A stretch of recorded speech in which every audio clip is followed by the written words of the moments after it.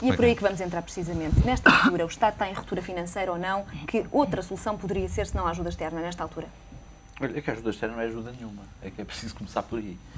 Esta é uma ajuda que os credores pretendem para terem os seus créditos satisfeitos à custa do empobrecimento dos portugueses. É disso que estamos a falar.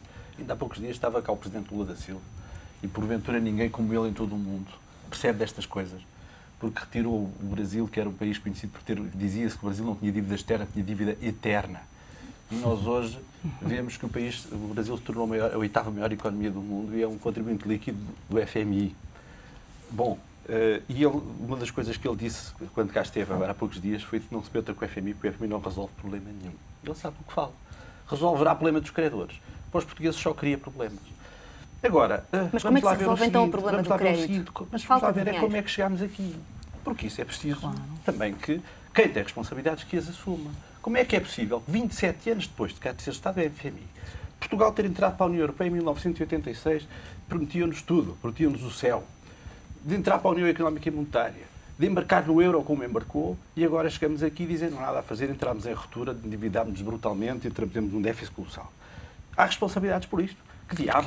Nós temos, quem são as responsabilidades? São de todos ou não? São deste arco de governação, aquele chamado arco de governação PS, PSD e CDS, que há mais de 35 anos põem e dispõem politicamente sobre este país e levar-nos a isto, conduzir-nos a isto. Não há outros responsáveis. Porque temos dezenas de ex-ministros das Finanças que sabem tudo.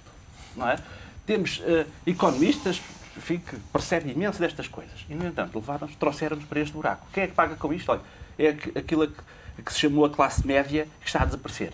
Estamos num processo de empobrecimento da nossa população que é gravíssimo e que é um retrocesso civilizacional.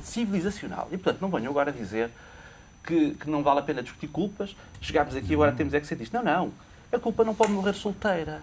Quer dizer, este país não pode chegar a esta situação e fazer de conta que não, enfim, parece que governámos todos.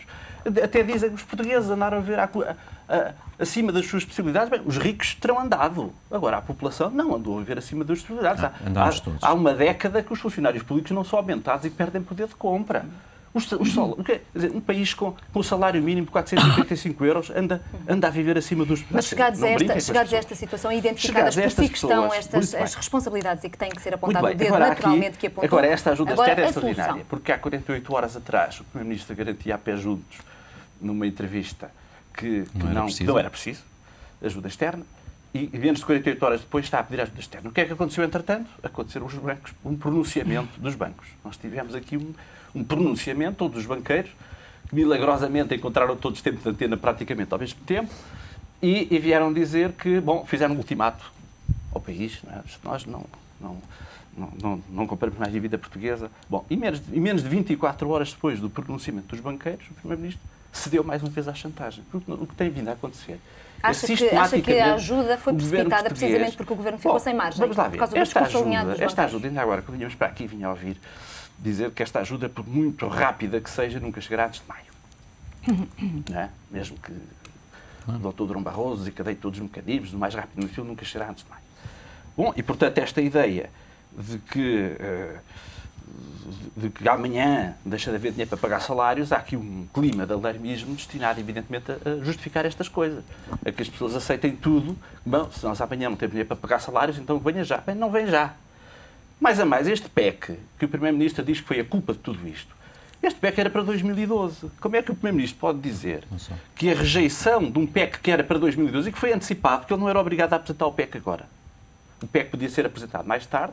Como é que nos vem dizer que um PEC que era para 2012, o facto da oposição ter dito este PEC não, que desencadeou toda esta tempestade? Agora, evidentemente que alternativas há. Quais são uma alternativa que é incontornável. Portugal, na situação em que está em condições de forçar uma renegociação da nossa dívida.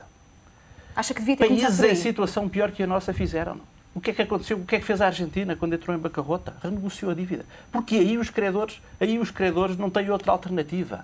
Bom, o governo português, em vez disso, temos que diversificar as nossas fontes de financiamento. Deixou de haver poupança interna. Porquê? Porque os depósitos não são remunerados. Porquê é que a banca portuguesa se endividou como se endividou? Porque ao não remunerar os depósitos a prazo em Portugal, não há poupança interna. Ou seja, quem tem dinheiro disponível compra bens. não faz poupança. Evidentemente que, quando os bancos portugueses, não tendo liquidez para conceder crédito à economia, têm que se endividar lá fora.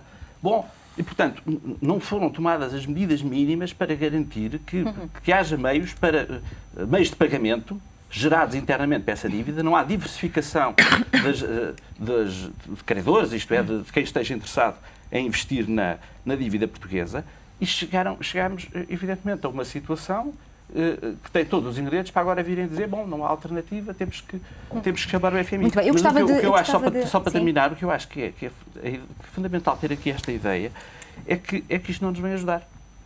Não nos vem ajudar. Porque se nós vamos meter na mão um empréstimo colossal para pagar as nossas dívidas, mas nós vamos ter que pagar esse empréstimo. Mas se a nossa economia entra em recessão, com que dinheiro é que nós vamos pagar esse empréstimo? Isto é a mesma coisa que eu ir a um banco, o banco vou ali à Caixa de Depósitos, empresta-me um valor de dinheiro. E, entretanto, cortam-me metade do meu ordenado. E eu quero saber, depois dos tempos que onde vir, como é que eu, com metade do que ganho hoje, passando a ganhar metade do que ganho hoje, como é que eu vou pagar o empréstimo? Essa já é a fase seguinte. Eu gostava de ouvir ainda aqui o Luís Apolónia sobre esta matéria que os bancos vieram realmente com um discurso alinhado, alertar que já não iriam comprar dívida pública portuguesa. Isto pode não ser um sinal de também a liquidez pode estar a terminar nos bancos e pode estar em causa o financiamento das famílias e das empresas e deve Portugal correr esse risco? Os bancos jogam com o seu próprio interesse e isso não será uma coisa estranha. Mas o que é estranho é que o Estado jogue com o interesse dos bancos. Isso é que é extraordinariamente estranho. Repare. Terá acontecido? Com certeza. Então, nós tínhamos Portugal numa situação já absolutamente fragilizada do ponto de vista económico e social, dadas as políticas que tinham vindo a seguir, e de repente cai-nos uma crise internacional em cima. Ok, ninguém, ao contrário daquilo que o PS procura fazer crer, ninguém finge que isso não aconteceu. Mas aconteceu com um país já por si fragilizado. Vamos analisar todas as medidas, ou a generalidade das medidas que foram tomadas para fazer face a essa crise internacional, do ponto de vista social, do ponto de vista económico, do ponto de vista financeiro. E aquilo que nós verificamos é que houve um setor que saiu a esfregar as mãos, que foi o setor financeiro.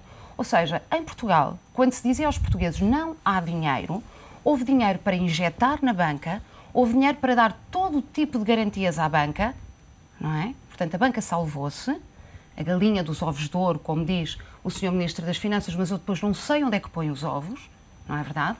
E os portugueses foi cortar salários, aumentar impostos com consequências recessivas como o IVA, foi cortar nas pensões, ou seja, tramar, perdão uma expressão, tramar a vida aos portugueses. E como já aqui foi dito, de facto, houve um determinado grupo da população portuguesa que vivia razoavelmente a dita classe média, que cai num empobrecimento consecutivo que não se percebe. Mas agora haveria riscos maiores ou não, Elisa? Mas deixe-me só dizer-lhe isto. A questão é a seguinte, olhamos para a estrutura, por exemplo, da União Europeia, porque eu acho que isto é extraordinariamente importante os portugueses perceberem como é que este esquema está todo virado. E para perceber, de facto, que esse risco de liquidez não é bem assim como as pessoas contam, porque o Banco Central Europeu empresta aos bancos a uma taxa de 1%. E vai daí os bancos, tipo intermediários, a emprestar aos Estados a taxas muitíssimo superiores, 5%, 6%, 7% e 8%. Mas o que é isto? E aquilo que nós perguntamos é, mas porquê é que esta dita estrutura europeia não empresta diretamente aos Estados? Ou quando empresta a reboque do FMI com todas as medidas gravosas. Mas que Europa solidária e de Estados iguais é esta? É que depois é importante dizer... Mas agora estamos a falar de 15 mil milhões necessários nos próximos 2 meses. Mas agora também eu concordo absolutamente com aquilo que disse o deputado António Filipe. Porque é que nós... Agora estou-me a lembrar de uma coisa. Eu lembro-me muito da DECO, na altura, em 2008, 2009, vir dizer aos portugueses, vocês renegociem a vossa dívida, o vosso crédito com os vossos bancos. É o primeiro passo que vocês têm que dar. Então, o Estado português não dá esse passo. E a Alemanha dará esse passo. Mas deixe-me só dizer isto. Que medidas, ou o que é que nós ouvimos relativamente a atitudes do Estado português de renegociação da sua dívida ou de renegociação das metas do déficit? Nada. Portugal vai com a senhora Merkel, ter reuniões com a senhora Merkel, vai para a União Europeia numa atitude absolutamente submissa. Então não há quem em Portugal levante a voz e diga assim, meus senhores, com esta estratégia e com esta lógica, nós em Portugal estamos a afundar-nos. Eu, como governo português, tenho a obrigação de dizer, a população portuguesa sai completamente derrotada com este tipo de políticas. Não. A voz portuguesa vai para a União Europeia e diz: Senhora Merkel, como é que é? Como é que quer? Com certeza nós assim faremos. Não, não pode ser. Luís Apolónia, a solução passa então por uma reestruturação da dívida e não pela ajuda externa? Passa por uma renegociação e passa por uma redefinição deste esquema todo, desta lógica toda, ao nível europeu. Esta questão do BCE eu acho que é absolutamente escandalosa. Isto, quer dizer, tem que ser... Repare, chegamos a uma situação que nós temos que repensar modelos. Não podemos fugir a isso. Quando o Duarte Pacheco dá a entender que agora temos que olhar para o futuro e não para o passado, deu a entender uma coisa do género. Não é só porque a culpa não pode morrer solteira, e de facto não pode, mas é porquê? Porque nós não podemos cometer os mesmos erros que cometemos no passado. Nós agora andamos de década em década a chamar o FMI. Como é que é? Ou seja, depois demoramos muito tempo a retomar e depois retomamos e passado uns anos, recessão novamente e pedimos outra vez a ajuda do FMI. Andamos de década em década nisto. Não pode ser. Ou seja, aquilo que nós temos que aprender, em Portugal temos que aprender a aprender. E então, os erros que se cometeram no passado não se podem voltar a cometer. Qual é um dos erros estruturais em Portugal? É a injusta distribuição da riqueza. É, de facto, as políticas estarem definidas para orientar os grandes setores, como se os pequenos setores não valessem nada. O Sr. Ministro das Finanças devia pensar que a galinha dos ovos de ouro em Portugal está nas micro, pequenas e médias empresas, que representam nada mais, nada menos, ou talvez representassem, porque agora muitas estão a fechar, 90% da criação do emprego em Portugal. É aqui que residem os ovos de ouro, e esses sim, distribuídos de uma forma perfeitamente muito mais justa. Pedia-lhe para não perder o raciocínio, fazemos aqui uma curta pausa e já voltamos à conversa. Estamos reunidos a avaliar o pedido de ajuda externa, a reunião continua, mas é já a seguir uma curta pausa. Fique por aí, até já.